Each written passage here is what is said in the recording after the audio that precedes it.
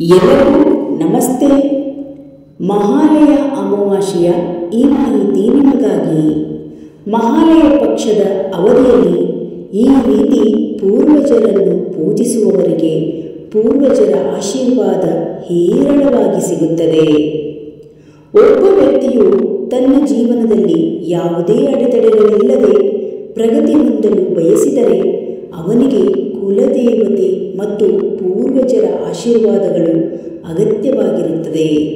ಮಹಾಲಯ ಪಕ್ಷ ಕಾಲದಲ್ಲಿ ಪೂಜೆ ಪ್ರತಿ ತಿಂಗಳು ಬರುವ ಅಮಾವಾಸ್ಯೆಯಂದು ಪೂರ್ವಜರನ್ನು ಪೂಜಿಸಿದವರೂ ಸಹ ತೈಯಾದಿ ಮತ್ತು ಪುರಟ್ಟಸಿಯ ಅಮಾವಾಸ್ಯೆಯಂದು ತಮ್ಮ ಪೂರ್ವಜರನ್ನು ಕಟ್ಟುನಿಟ್ಟಾಗಿ ಪೂಜಿಸುತ್ತಾರೆ.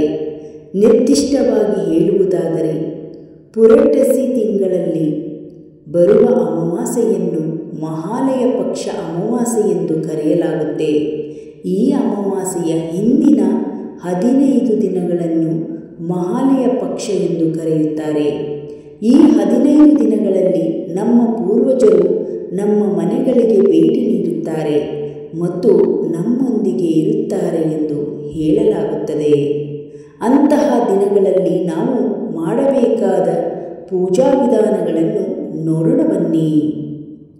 ಮಹಾಲಯ ಪಕ್ಷವು ಸೆಪ್ಟೆಂಬರ್ 8 ಸೋಮವಾರದಿಂದ ಸೆಪ್ಟೆಂಬರ್ 21 ಭಾನುವಾರದವರೆಗೆ ಇರುತ್ತದೆ. ಈ 15 ದಿನಗಳಲ್ಲಿ ನಾವು ನಮ್ಮ ಪೂರ್ವಜರನ್ನು ಕಟ್ಟುನಿಟ್ಟಾಗಿ ಸ್ಮರಿಸಬೇಕು ಮತ್ತು ಪೂಜಿಸಬೇಕು. ನಮ್ಮ ಪೂರ್ವಜರು ಮರಣ ಹೊಂದಿದ ದಿನಾಂಕವನ್ನು ಅವಲಂಬಿಸಿ ನಾವು ತರ್ಪಣಂ ಮಾಡುವ ಪದ್ಧತಿಯನ್ನು ಅನುಸರಿಸುತ್ತೇವೆ. ಅದು ಈ 15 ದಿನಗಳಲ್ಲಿ ಒಂದು ಆಗಿರುತ್ತದೆ. ಅದಕ್ಕಾಗಿಯೇ ಈ 15 ದಿನಗಳನ್ನು ನಮ್ಮ ಪೂರ್ವಜರು ಸ್ಮರಿಸಬೇಕು ಮತ್ತು ಪೂಜಿಸಬೇಕು ಎಂದು ಹೇಳಲಾಗುತ್ತದೆ.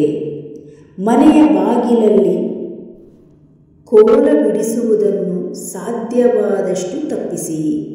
ಅದಕ್ಕಿಂತ ಮೀರಿ ಕೋಲ ಬಿಡಿಸಲು ಬಯಸಿದರೆ ನೀವು ಕೇಸರಿ ಪುಡಿಯನ್ನು ಬಳಸಬಹುದು. ಅದೇ ರೀತಿ ಪೂಜಾ ಕೋಣೆಯಲ್ಲಿ ಕೋಲ ಬಿಡಿಸಲು ಬಯಸುವವರು ಕೇಸರಿ ಮತ್ತು ಅರಿಶಿನ ಪುಡಿಯನ್ನು ಬಳಸಬೇಕು. ಮುಂದೆ ಈ 15 ದಿನಗಳವರೆಗೆ ಪುರುಷರು ತಮ್ಮ ಮೃತ ಪೂರ್ವಜರನ್ನು ಸ್ಮರಿಸಬೇಕು ಮತ್ತು ಪ್ರತಿದಿನ ಎಳ್ಳು ಮತ್ತು ನೀರನ್ನು ಸಿಂಪಡಿಸಬೇಕು. 15 ದಿನಗಳವರೆಗೆ ಮಾಂಸಾಹಾರವನ್ನು ತ್ಯಜಿಸುವುದು ಒಳ್ಳೆಯದು. ಅಲ್ಲದೆ ಪ್ರತಿದಿನ ಅಡಿಗೆ ಮಾಡುವಾಗ ನಾವು ಉಗುಳುವ ಮೊದಲು ಸ್ವಲ್ಪ ಆಹಾರವನ್ನು ತೆಗೆದುಕೊಂಡು ಕಾಗೆಗೆ ನೀಡಬೇಕು.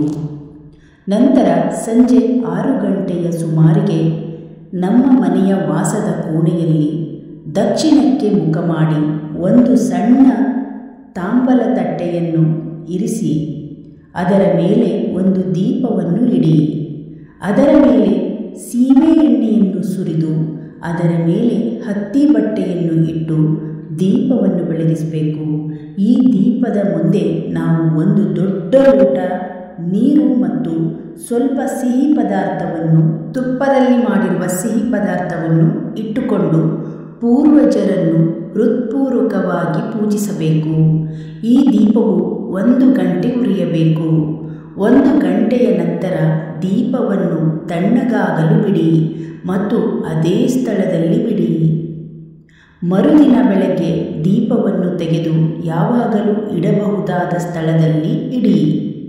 ಗಿಡಗಳ ಮೇಲೆ ನೀರು ಸುರಿಯಿರಿ. ತುಪ್ಪದ ನೈವೇದ್ಯವಾಗಿ ಇಟ್ಟಿರುವ ಸಿಹಿ ತಿಂಡಿಗಳನ್ನು ಇರುವೆಗಳು ಕಾಣುವ ಸ್ಥಳದಲ್ಲಿ ಇಡಿ. ಈ ರೀತಿಯಾಗಿ ಈ ಮಹಾಲಯ ಅಮಾವಾಸ್ಯೆ ಪಕ್ಷದ ಸಮಯದಲ್ಲಿ ನಾವು ನಮ್ಮ ಪೂರ್ವಜರನ್ನು ಸ್ಮರಿಸಿ ಈ ಪೂಜೆಯನ್ನು ಮಾಡಿದಾಗ ನಾವು ನಮ್ಮ ಎಲ್ಲ ಪೂರ್ವಜರ ಆಶೀರ್ವಾದವನ್ನು ಸಂಪೂರ್ಣವಾಗಿ ಪಡೆಯಬಹುದು.